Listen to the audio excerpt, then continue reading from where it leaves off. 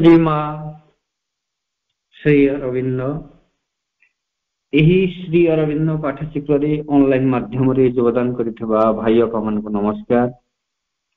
आज आलोच्य विषय प्रार्थना ओ भगवत परम करुणा। प्रार्थना ओ भगवत परम करुणा यही प्रसंग रे आलोचना करने निमंते बरगड़ जिला बरपाली मणीन्द्र भाई डॉक्टर मणीन्द्र कुमार मेहर को अनुरोध करुछि। मणीन्द्र भाई तांकर वक्तव्य प्रदान करंतु। उपस्थित समस्त अपा भाई माने ऑनलाइन जोगे जो मैंने जोड़ी ही चंती समस्त को मोर नमस्कार। आम समस्ते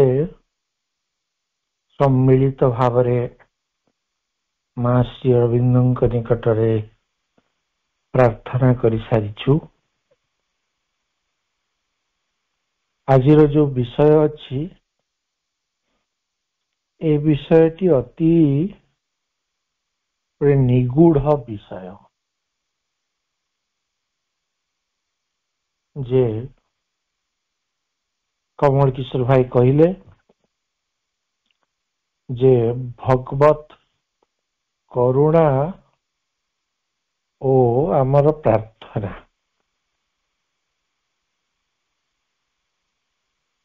एहारी मध्यरे जो सूक्ष्म जोगसूत्र रही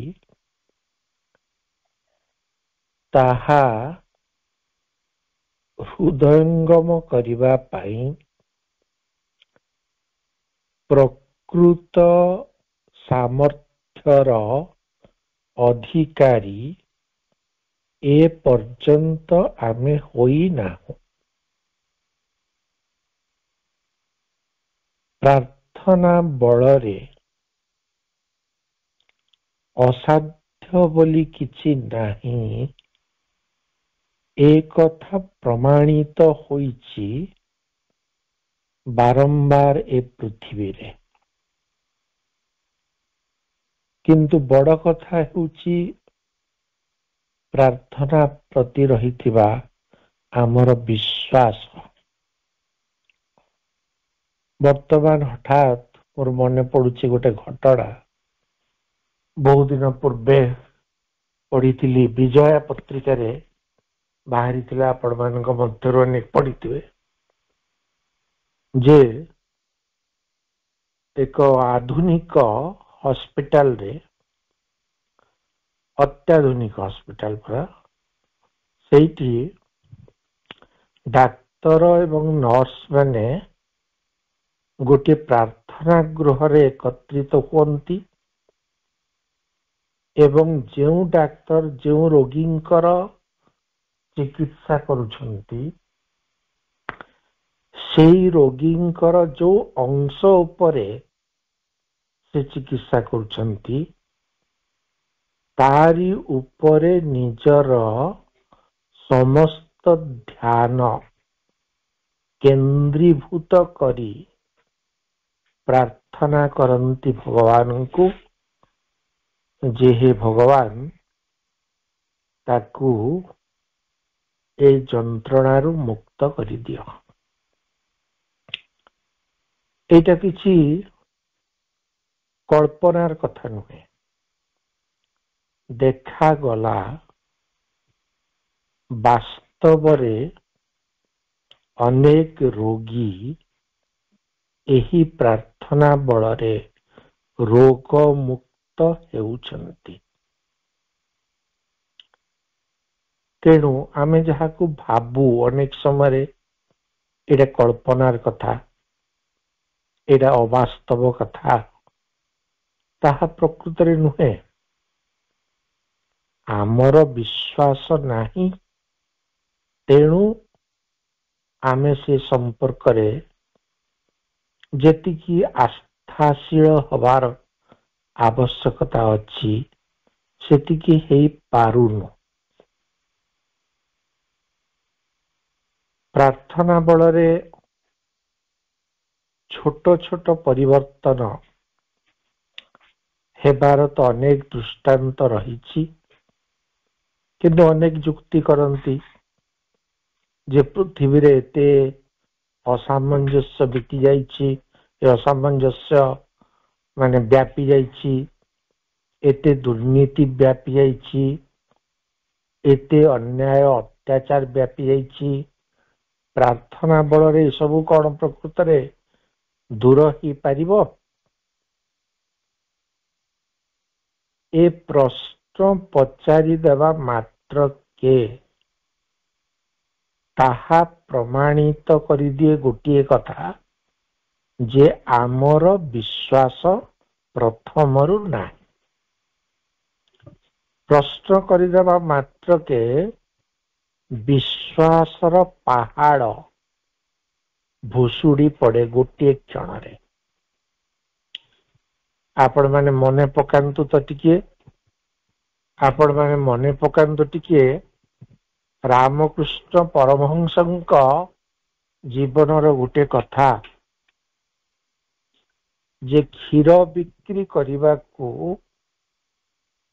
ଆସେ ଜଣେ ସ୍ତ୍ରୀ ଲୋକ, ଆଉ ସେତେବେଳେ ନଈ ବଢି ହେଇଥାଏ ବି, ନଈ ଅତିକ୍ରମ କରି ତାକୁ ଆସିବାକୁ ପଡେ।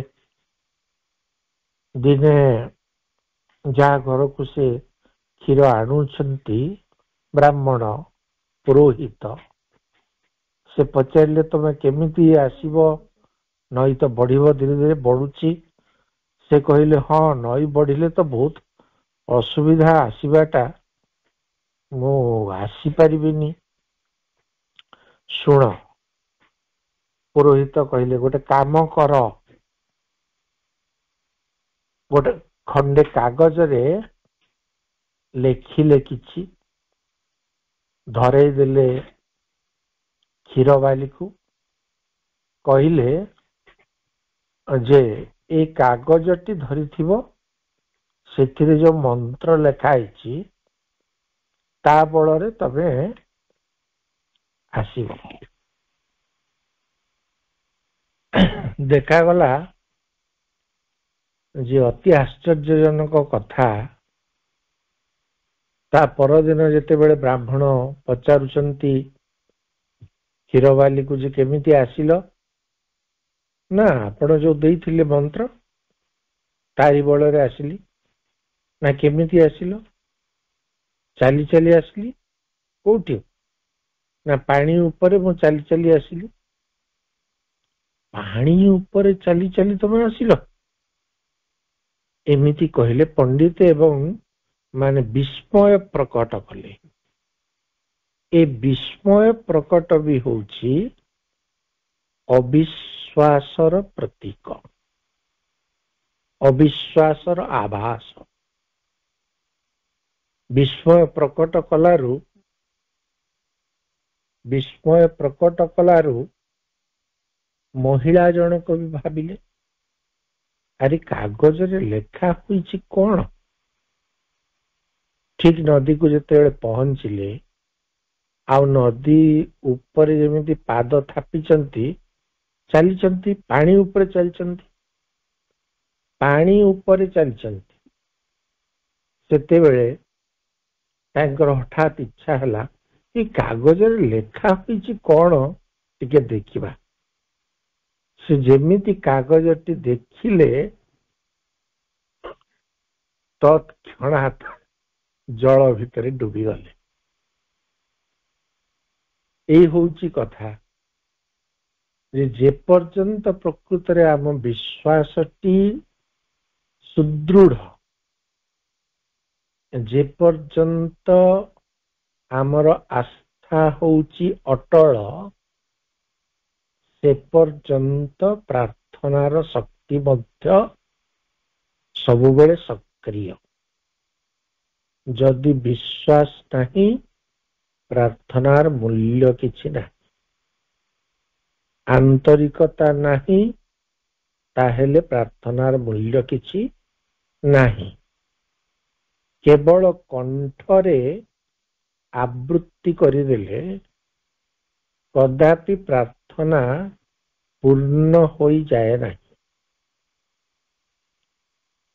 ଡାକଟି ଭଗବତ କୃପାକୁ ନିବେଦନ କରିବା, ଆହ୍ୱାନ କରିବା, ସଂସ୍ଥାପନ କରିବା, ଏହା ଯଦି ପ୍ରକୃତରେ ଅନ୍ତର ଭିତରୁ ହୁଏ ତାହେଲେ ହିଁ ପ୍ରକୃତରେ ତାର କୌଣସି ସୁଫଳ ଆମେ ନିଶ୍ଚୟ ପାଇପାରିବା।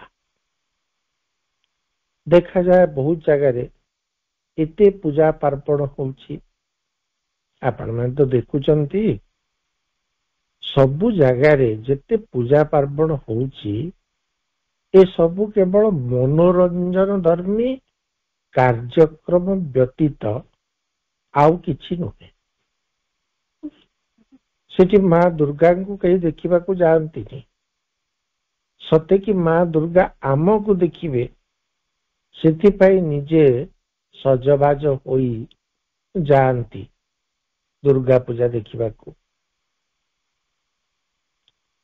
ତେଣୁ ଆମର ଆଡମ୍ବର ବେଶୀ, ଆମର କୋଳାହଳ ବେଶୀ, ଆମର ଯାତ୍ରା ବେଶୀ, ଅପେରା ବେଶୀ, ହଟ୍ଟଗୋଳ ବେଶୀ, ଗଣ୍ଡଗୋଳ ବେଶୀ, କିନ୍ତୁ ମାନେ ଗୋଳିଆ ପାଇଁ ଗୋଳିଆ ହେଇକି ଅଛି, ସ୍ୱଚ୍ଛତା ନାହିଁ। ସ୍ୱଚ୍ଛତା ଯଦି ଥାନ୍ତା, ଶାନ୍ତି ଥାନ୍ତା, ନୀରବତା ଥାନ୍ତା, ନିଶ୍ଚଳତା ଥାନ୍ତା, ପ୍ରାର୍ଥନା କଣ କରନ୍ତା କଣ ନାହିଁ ସେ ବିଷୟରେ ଆମର ଚିନ୍ତା କରିବାର ଆବଶ୍ୟକତା ନାହିଁ। ତାହା ଯିଏ ଚିନ୍ତା କରିବା କଥା ସିଏ କରନ୍ତି। ଆମେ କେବଳ ପ୍ରକୃତରେ ଆନ୍ତରିକ ଭାବରେ ଧ୍ୟାନସ୍ଥ ହେବା। ମୁଁ ଏ ବାହାରର କୋଳାହଳ ବିଷୟରେ କହିଲି, ଆଉ ଗୋଟିଏ ଅଛି ଭିତରର କୋଳାହଳ। ମାନେ ବାହାରଟା ପୁରା ଶାନ୍ତ ଥିବ, ଆପଣ ଚୁପଚାପ ବସିଥିବେ, କିନ୍ତୁ ଭିତରେ ମସ୍ତିଷ୍କ ଭିତରେ ମା ଅନେକ ସମୟରେ କହିଛନ୍ତି ଏ କଥା, ମସ୍ତିଷ୍କ ଭିତରେ ଗୋଟେ ହାଟ ବସିଥିବ, ଘୋ ଘୋ ହୋ ହୋ ମସ୍ତିଷ୍କ ଭିତରେ ସବୁ ଚାଲିଥିବ। ତେଣୁ ସେଭଳି ଯଦି ମସ୍ତିଷ୍କ ଭିତରେ ବଜାର ବସିଲା, ମସ୍ତିଷ୍କ ଭିତରେ ଯଦି ମାଇକ୍ରୋଫୋନର ଆବାଜ ଠାରୁ ଅଧିକ କର୍କଶ ସ୍ୱର ଯଦି ଶୁଭିଲା ତାହେଲେ ଯେତେ ଆଖି ବୁଜି ବସିଲେ ବି କିଛି ଲାଭ ହବ ନାହିଁ। ଜଣେ ଜୈନ ଗୁରୁ ଥିଲେ ପରା, ସେଥିପାଇଁ ସୁନ୍ଦର କାହାଣୀ ଅଛି। ଜଣେ ଜୈନ ଗୁରୁ, ଜୈନ ବୁଦ୍ଧିଜିମ୍ ସମ୍ପର୍କରେ ଆପଣମାନେ କିଛି ସୂଚନା ପାଇଥାଇ ପାରନ୍ତି। ଜଣେ ଜୈନ ଗୁରୁ ସେ ଦେଖିଲେ ଯେ ତାଙ୍କର ଜଣେ ଶିଷ୍ୟ ସିଏ ଆଖି ବୁଜି ବସିଛନ୍ତି ଧ୍ୟାନସ୍ଥ ଚିତ୍ତରେ। ଗୁରୁ ତାଙ୍କୁ ପଚାରିଲେ ଯେ ଶିଷ୍ୟ, କାହିଁକି ତମେ ଚକ୍ଷୁ ମୁଦ୍ରିତ କରି ଉପବିଷ୍ଟ ହେଇଛ? ଶିଷ୍ୟ ଉତ୍ତର ଦେଲେ ଯେ ମୁଁ ଧ୍ୟାନ କରୁଛି ଗୁରୁଦେବ। କିଛି ଉତ୍ତର ଦେଲେନି ଗୁରୁ। ତା ପରଦିନ ଗୋଟେ ଖପରକୁ ଆଣି ତା ଉପରେ ଗୋଟେ ପଥରକୁ ଘଷିଲେ ଗୁରୁଦେବ। ସେ ଶିଷ୍ୟ ଯେମିତି ଦେଖିବେ। ଶିଷ୍ୟଙ୍କ ନଜରରେ ପଡ଼ିଲା, କହିଲେ ଗୁରୁଦେବ ଆପଣ ଇଏ କଣ କରୁଛନ୍ତି? ଏ ଖପର ଉପରେ ଗୋଟେ ପଥରକୁ କାହିଁ କୋଷୁଛନ୍ତି, କି କାମ?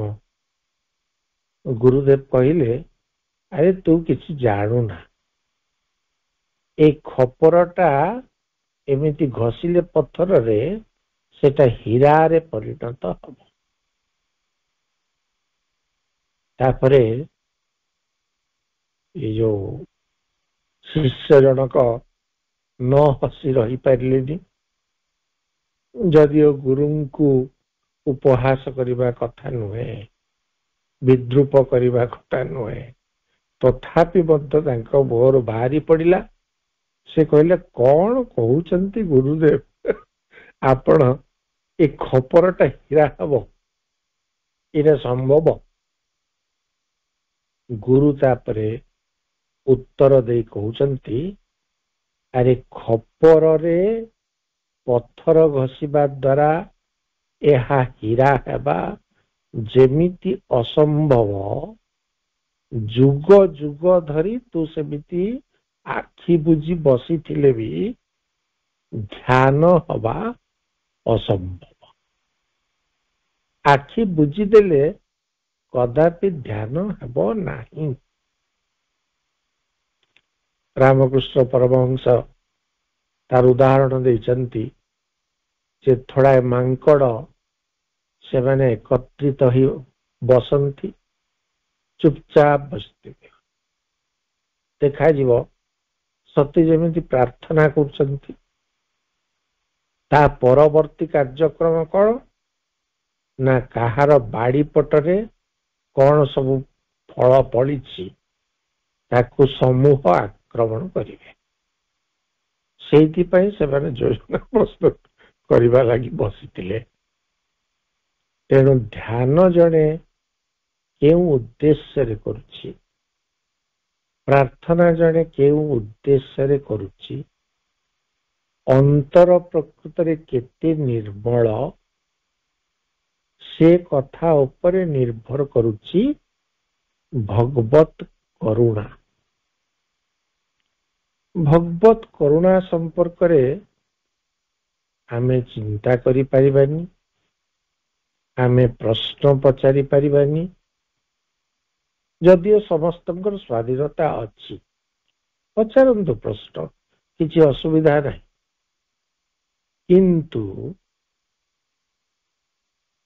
ଯୋଉମାନେ ଭଗବତ କରୁଣା ଉପରେ ଆସ୍ଥାଶୀଳ ନୁହନ୍ତି, ମାନେ ଏକ ପ୍ରକାର ନାସ୍ତିକ କହନ୍ତୁ, ସେଭଳି ବ୍ୟକ୍ତି ବି ଯଦି ତାର ହୃଦୟରେ କିଛି ପରୋପକାର ଭାବନାରେ ହିତ ଚିନ୍ତା କରୁଥାଏ କାହାର, ତାହେଲେ ତାହା ଭଗବାନ ଶୁଣିପାରନ୍ତି।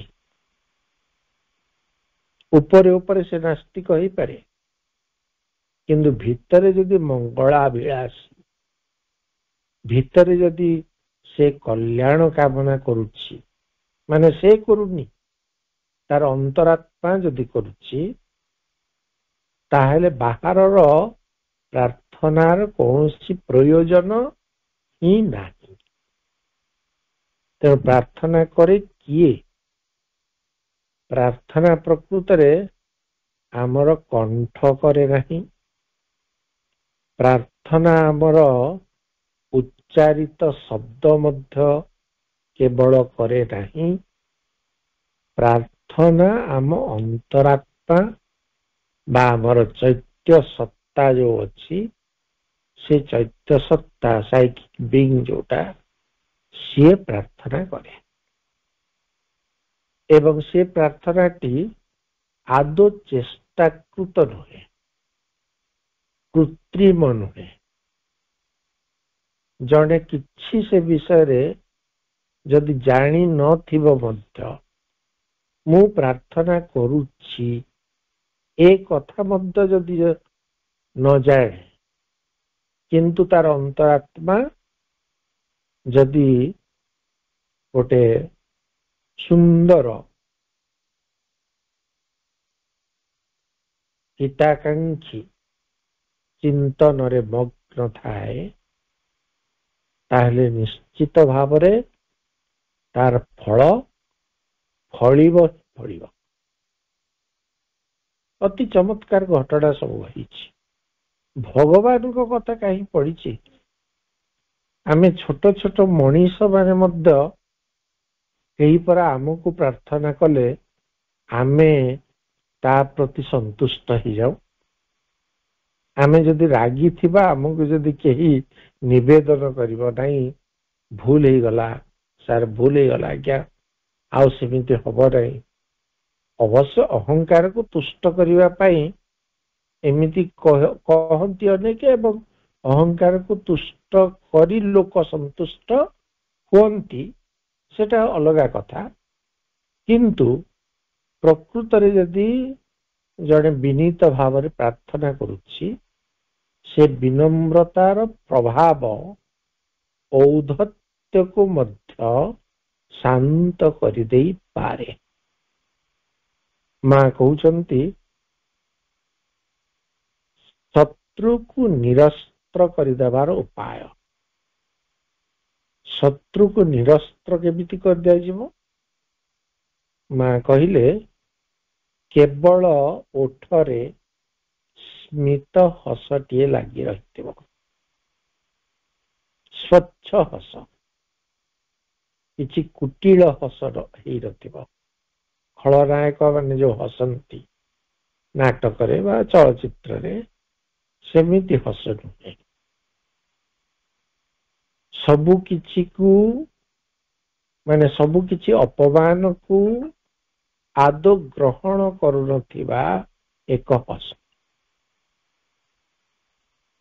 ଶୁଭ ଚିନ୍ତନର ଏକ ଶୁଭ୍ର ହାସ୍ୟ, ତାହା ଯଦି ପ୍ରକଟିତ ହେଲା ଓଠରେ, ତାହେଲେ ତା ଆଗରେ ଠିଆ ହେବାର ଶକ୍ତି କୌଣସି ଶତ୍ରୁର ରହିପାରିବ ନାହିଁ। ବହୁତ ବଡ଼ କଥା।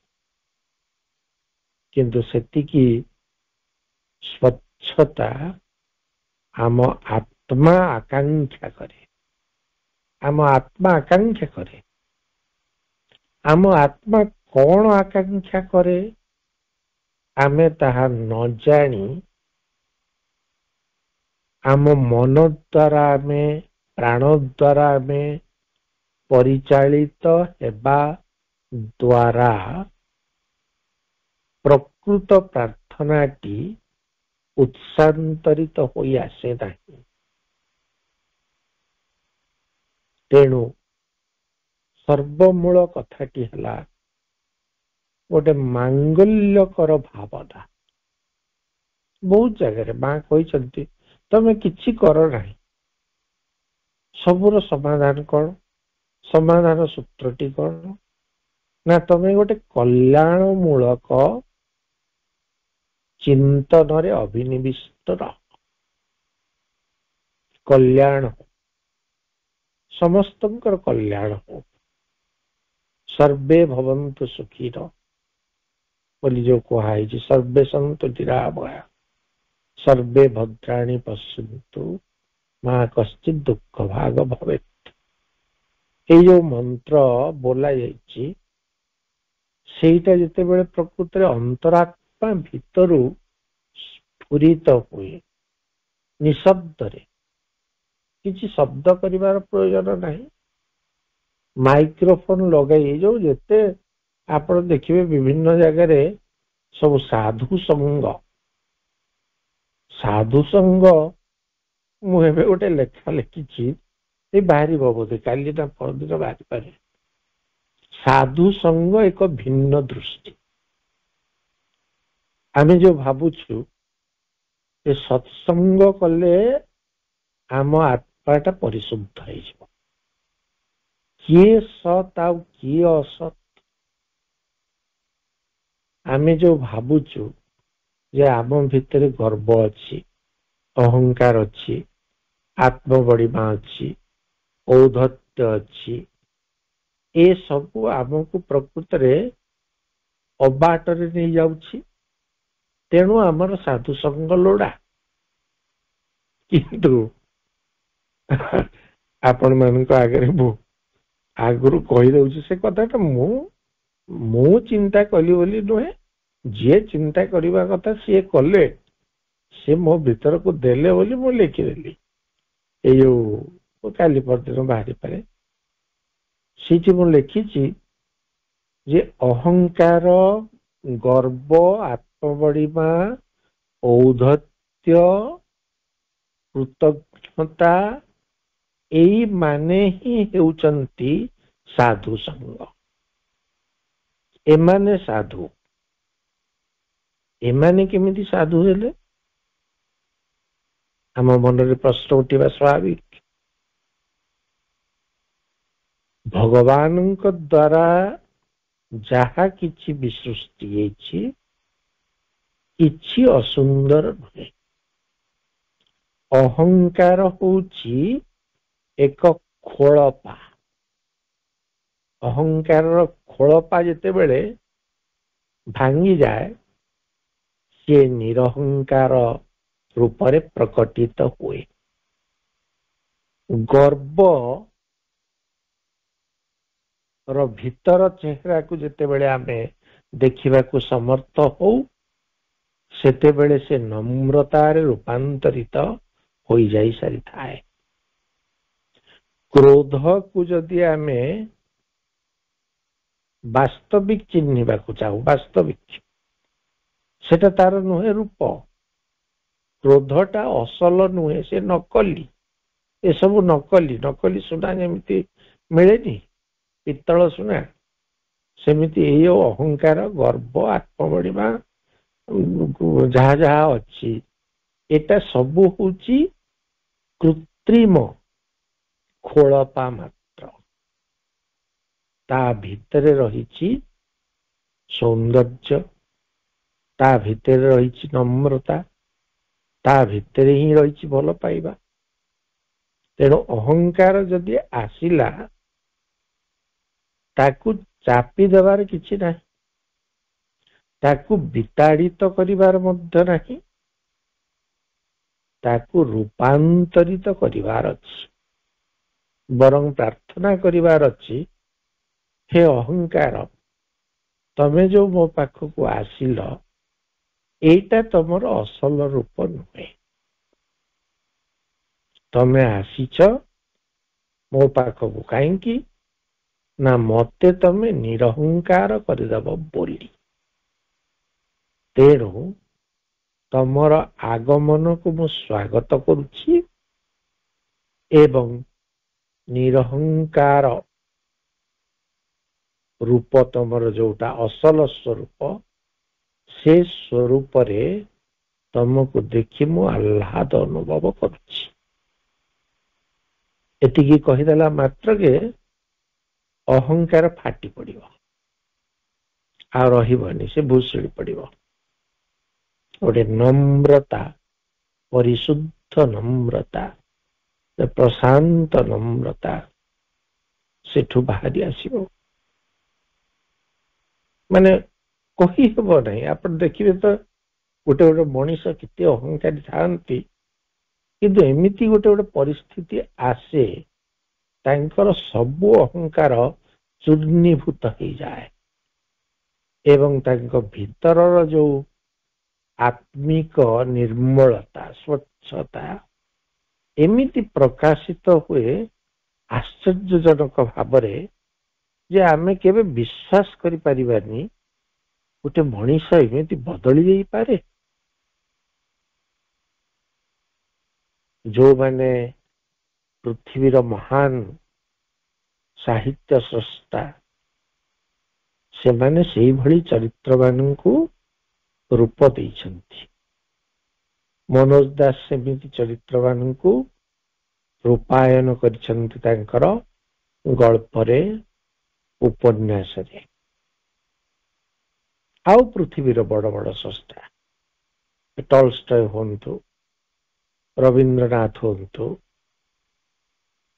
बा होंतु आमर गंगाधर मेहर समस्ते ଶ୍ରୀ ଅରବିନ୍ଦ ଏ ସମସ୍ତେ କଣ କରିଛନ୍ତି ନା ପ୍ରକୃତରେ ଯାହା ଚିରନ୍ତନ, ଯାହା ଶାଶ୍ୱତ, ତାକୁ ଦେଖିବାର ଶକ୍ତି ଅର୍ଜନ କରିବା ପାଇଁ ଆମ ଲାଗି ବାଟ ଫିଟେଇ ଦଉଛନ୍ତି ଧୀରେ ଧୀରେ। ମୁଁ କହୁଥିଲି ଭଗବାନ କଣ ପ୍ରାର୍ଥନାରେ ସନ୍ତୁଷ୍ଟ ହେବେ? ସେଟା ତ ସିଏ ମହାନ କଥା, ସେ ତ କରୁଣାର ସାଗର।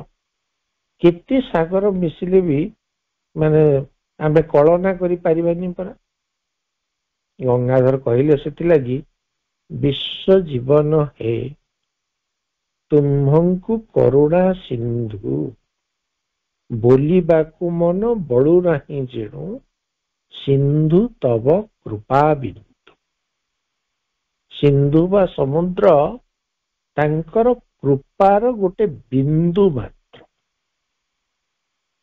ତେଣୁ ତାଙ୍କ କୃପା ବା ତାଙ୍କ କରୁଣା ମାନେ କଳନା କରିବା ସମ୍ଭବ ନୁହେଁ। ଏ ଆକାଶ, ଏ ବିଶ୍ୱ ବ୍ରହ୍ମାଣ୍ଡ ବ୍ୟାପ୍ତ ହୋଇ ତାଙ୍କରି କରୁଣା ହିଁ ପ୍ରକୃତରେ କାର୍ଯ୍ୟ କରୁଛି। କରୁଣା ବ୍ୟତୀତ ଆଉ କିଛି ନାହିଁ, କେବଳ କରୁଣା ହିଁ କରୁଣା। ଭଗବାନଙ୍କ କଥା ତ ବହୁତ ବଡ କଥା।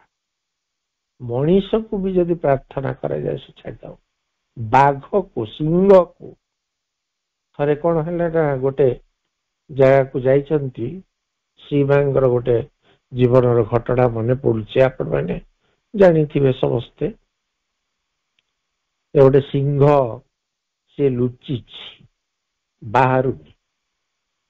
ମା ତାକୁ ଯାଇ କହୁଛନ୍ତି, ବହୁତ କ୍ଷୀଣ ସ୍ୱରରେ ଆଉ ସ୍ନେହରେ କହୁଛନ୍ତି, ଆରେ ମୁଁ ତତେ ଟିକେ ଦେଖିବା ପାଇଁ ଆସିଛି, ତୁ ବାହାରୁନୁ କାହିଁକି? ଟିକେ ଆସୁନୁ, ଟିକେ ପାଖକୁ ଆସ, ତୋ ମୁହଁ ଟା ଟିକେ ଦେଖା। ସେ ମା ଯଦି ଫ୍ରେଞ୍ଚ ରେ କହୁଥିବେ, ଏ ସିଂହଟା କଣ ଫ୍ରେଞ୍ଚ ଭାଷା ବୁଝେ? ନୁହେଁ। କିନ୍ତୁ ଯୋଉ ଭାଇବ୍ରେସନ, ସେ ଶବ୍ଦ ଭିତରେ ଯୋଉ ସ୍ପନ୍ଦନ, ଯୋଉ କମ୍ପନ ରହିଛି, ତାକୁ ସିଏ ଅନୁଭବ କରେ। ଦେଖାଗଲା ସିଂହଟି ଆସି ଧୀରେ ଧୀରେ ତାର ମୁହଁ ଦେଖାଇଲେ, ସେଠି ଦେଖାଇଲା। ତେଣୁ ଏଇ ହଉଛି କଥା। ଜୀବଜନ୍ତୁ ମାନଙ୍କୁ ଆପଣ ସାପକୁ ବି ଯଦି ସ୍ନେହ ଦିଆଯାଏ, ସିଏ ବି ଯଦି ସ୍ନେହ ମାନେ କଣ? ସେଇଟା ହିଁ ପ୍ରାର୍ଥନା। ଯଦି କରାଯାଏ ସେ ବି ସନ୍ତୁଷ୍ଟ ହେଇଯାଏ। ଆମର ଯୋଉ ମହାନ ସାଧକ ଯୋଗାନନ୍ଦ ଲେଖିଛନ୍ତି ଅଟୋ, ଏ ଯୋଉ କଣ ଲେଖିଛନ୍ତି ସେଟା, ଅଟୋଗ୍ରାଫି ଅଫ୍ ଏ ଯୋଗୀ। ଯୋଉ ସେଇଠି ସେ ଲେଖୁଛନ୍ତି, ମାନେ ଜଣେ ସନ୍ନ୍ୟାସୀଙ୍କ କଥା ଲେଖିଛନ୍ତି। ସେ ଯାଇଛନ୍ତି ଗୋଟେ ବଗିଚାକୁ, ସେଠି ଦେଖିଛନ୍ତି ଯେ ଗୋଟେ ଗୋଲାପ ଗଛରେ ଗୋଲାପ ଫୁଲ ଭର୍ତ୍ତି ହେଇଛି, କିନ୍ତୁ ଆଶ୍ଚର୍ଯ୍ୟ କଥା, ସେ ଗୋଲାପ ଗଛରେ କଣ୍ଟା ନାହିଁ। ଦେଖନ୍ତୁ କି କଥା। ଯୋଗାନନ୍ଦ ସ୍ୱୟଂ ତାଙ୍କୁ ପଚାରୁଛନ୍ତି ଯେ ଆପଣଙ୍କର ଗୋଲାପ ଗଛରେ କଣ୍ଟା କେମିତି ନାହିଁ? ସେ ସନ୍ନ୍ୟାସୀ ଜଣକ ଉତ୍ତର ତ ଦଉଛନ୍ତି, କଣ୍ଟା ଥିଲା, କିନ୍ତୁ ମୁଁ ଗୋଲାପ ଗଛକୁ କହିଲି ତା ସହିତ ସଖ୍ୟ ସ୍ଥାପନ କରି, କହିଲି ମୁଁ ଯେ ଶୁଣ, ତୁ ମୋ ବଗିଚା ଭିତରେ ସୁରକ୍ଷିତ। କଣ୍ଟା କାହିଁକି ବାହାରେ? ନା ତତେ ସୁରକ୍ଷା ଦେବା ସକାଶେ। ତୁ ଯେହେତୁ ଏଠି ସୁରକ୍ଷିତ, ତେଣୁ ତୋର ମାନେ ଡାଳରେ आउ कंटा बाहरिबार कौनसी कारण नाही। कंटा तते एठी सुरक्षा दउटी, एठी मु तते सुरक्षा दउची, तेणु तू काहींकी माने कंटकमय हेबु, तू केवल गोलापमय काहींकी न हेबु। गच्छ एवं मनीष ए भितरे भी आलाप होई पारे, ए भितरे भी भाव विनिमय होई पारे। एवं आश्चर्य कथा से सन्यासी कहउचंती, मो एहा बारंबार से गोलाप गच्छ पाखरे बसी मने मने कहिबा द्वारा केतेबेले शब्द करी कहिछि, केतेबेले मने मने कहिछि। देखा गला जो कंटा गुड़ाक हेइतिला से सब झड़ी पड़िला एवं तापरे आउ कंटा बाहरिला नहीं से गोलाप गच्छ। देखंतु केते माने प्रैक्टिकल कथा, किछि मिछ कथा लिखुना जोगानंद सचिव। प्रार्थनार जो शक्ति गोटे वृक्ष बुझी पारुछि, गोटे सिंह गोटे बाघ बुझी पारुछि। आ भगवान को कथा तो माने कौन आमे आउ सेथिरे संदेह करिवार अछि कि? जदि गोटे बाघ सिंह वृक्ष लता कुकुरटीए से माने जदि जानी पारुछंती, आपण गोटे कुकुर को स्नेह कला मात्र के से संगे संगे लांज हलेइब। तेणु से माने जदि बुझी पारुछंती भगवान कौन एते अक्षम, से जानंतीनी कहा भितरे कौन अछि, किंतु ताकू जो ठकिबार प्रयास करा सेईटा होउची विपद। आमे भाबू एते भोग देले भगवान शांत हेबे, शिव मंदिर रे एते क्षीर ढालिले महादेव परितुष्ट हेबे, केते जाक जमकरे पालन कले उत्सव प्रभु संतुष्ट हेबे। अनेक अछंती से मैंने करिवे कौन, माँ कालींकर पूजक हिथिबे, कौन देवे से मैंने ना रक्त देवे, निजर हाथ काटी देवे, सेठ रक्त बाहरिबो, रक्त रे पूजा पाइबे माँ काली। महापात्र नीलमणि साहू को तो आपण मैंने जानते समस्ते, से चमत्कार बही लिखिंट केतेबेले सुविधा ले पढ़िबे, सनातन धर्मर सार कथा। सेठी प्रकृत रे से एई विषय उल्लेख करुछंती जे जदि प्रकृत रे आमे प्रार्थना रे नैष्ठिक नहु, जदि आमे छद्मवेश धारण करिछु, आउ जदि केवल प्रार्थनार अभिनय मात्र करुछु, से प्रार्थना को भगवान ग्रहण करिवार प्रश्न उठुना।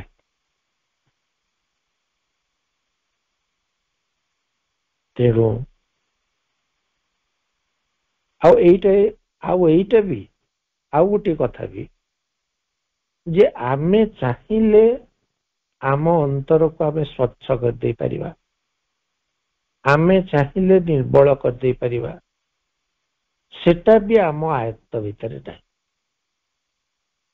किंतु तांकरी करुणा उपरे ताहा निर्भरशील। सेटा भी जदि आमे कहिबा जे प्रभु मु अंतर देई प्रार्थना करी पारुनी, एटा मोर अपारगता, मोर असामर्थ्य, मु काहारी हित चिंता करी पारुनी, मु भारी कृपण, मु लोभी, एकथा कहले भी भगवान से कथा शुणिबे एवं निर्लोभतार जो शक्ति स्रोत जो लाइट डिवाइन लाइट सेटा ता भीतर को धीरे धीरे प्रवेश कृपण जो दिन जानिला से कृपण बोली से कृपण होई आ रहिबनी जे जानी परिबो बो भितरे अहंकार अछि बोली से अहंकार विसदंशन को अतिक्रम करि जिबा पई चाहिबो आमार माथा নত करे दाओ हे তোমার চরণ ধুলার তলে রবীন্দ্রনাথ কহিলে নিজেরে করিতে গৌরব দান নিজরই কেবল করি অপমান जो माने निजर गौरव निजे गान करती सेटा होउची निजको अपमानित करिबा सहित समान महाभारत रे व्यासदेव कहउचंती आत्म प्रशंसा होउची आत्महत्या सहित समान तेणु जो मैंने निजर प्रभुत्व विस्तार करिवा पई चाहती जो माने माने केही नहे मु आमे माने मु जो प्रभुत्व विस्तार करिवा को चाहूची मु जो मोर भल गुण को अन्य मानक समक्ष रे प्रदर्शन करिवा को चाहूची एई प्रदर्शन प्रियता एहा ही हेउची मो आत्मार उत्तरण रे मूल प्रतिबंधक मु भल हेबी एटा गोटे कथा मु भल लोक बोली अन्य माने जानतु बोली भाबिबा आउ एक कथा तेणु भल हेबा ना भल बोली प्रदर्शित हवा आमे प्रकृत रे प्रार्थना करिबा ना प्रार्थना करूछु बोली केवल अभिनय करिबा तेणु गोटे जगार मनोज दास कहउचंती जो मानकर अंतरात्मा उन्मुख भगवत कृपा प्रति तांकर प्रार्थना करिबा भी दरकार नहीं किछि आवश्यक नहीं प्रार्थना करिबार किछि आवश्यक नहीं प्रार्थना किए करे हमर अंतरात्मा ही करे तेणु आपण मोर आपण समस्त अंतरात्मा भितरे जदि अच्छी किछि भी अच्छी सौहार्द्य अच्छी भी जदि किछि माने शांति प्रियता अच्छी जदि किछि प्रकृत रे शुभंकर कंपन ताहले ताहा ही प्रार्थना आउ प्रार्थनार प्रयोजन वास्तव में नहीं किछि प्रार्थना तो आमर अंतरात्मा करुछि आमे किए प्रार्थना करिबा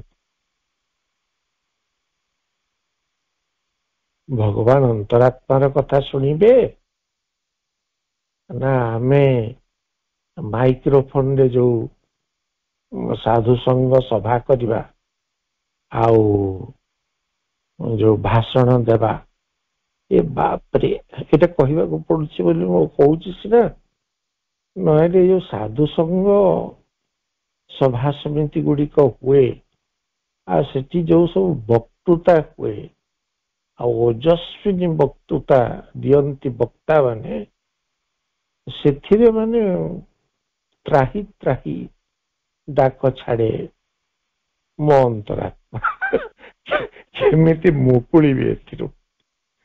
ଆଉ ମୁଁ ଚାହେଁ ମତେ କେହି ଡାକନ୍ତୁନି। ଏହି ସବୁ ମୁଁ ସେ ପ୍ରକାର ମାନେ ସାଧୁ ଆତ୍ମା ନୁହେଁ।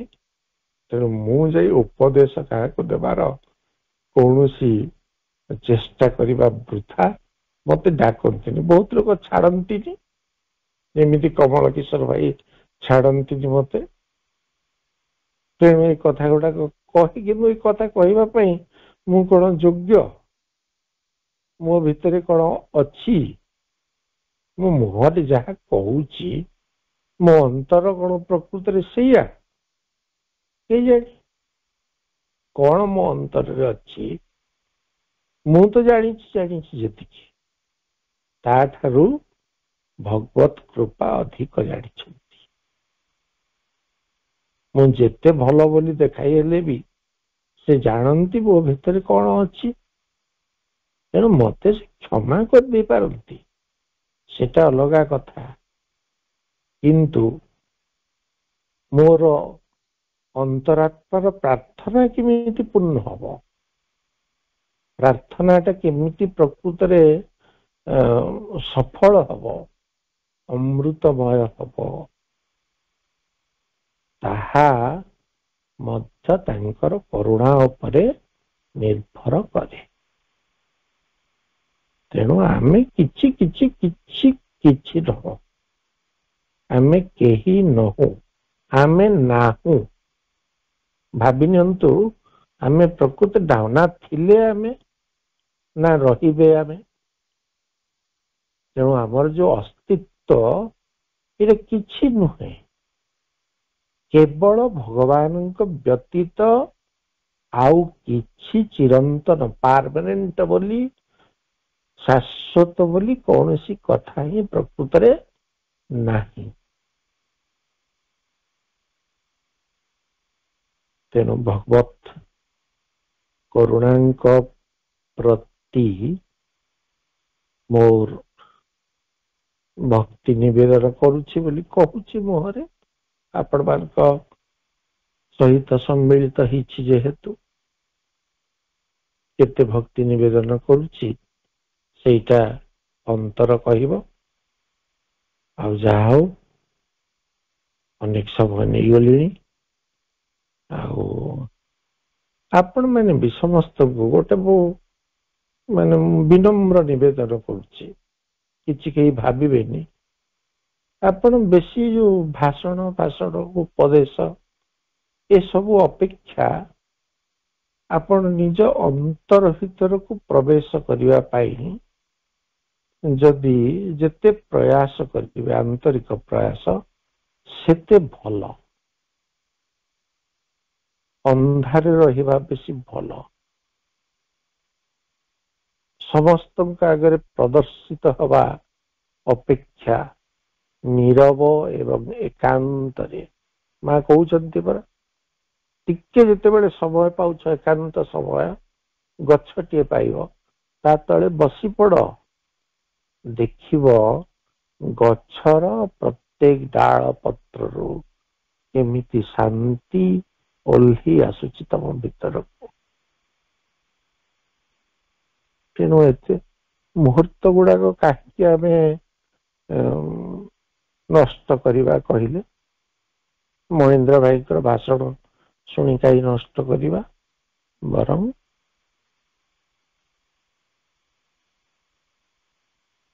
ନୀରବତା ଅବଲମ୍ବନ କରି ଭଗବତ କରୁଣା ପ୍ରତି ଉନ୍ମୁଖ ହବା। ମା ଏତିକିରେ ଶେଷ କରୁଛି। ବର୍ତ୍ତମାନ 1 ମିନିଟ ମାଙ୍କ ନାମ ଜପ କରିବା ସହିତ ଆଜିର ଶ୍ରୀ ଅରବିନ୍ଦ ପାଠଚକ୍ରକୁ ସମାପ୍ତ କରିବା। ମା ମା ମା ମା ମା ମା ମା ମା ମା ମା ମା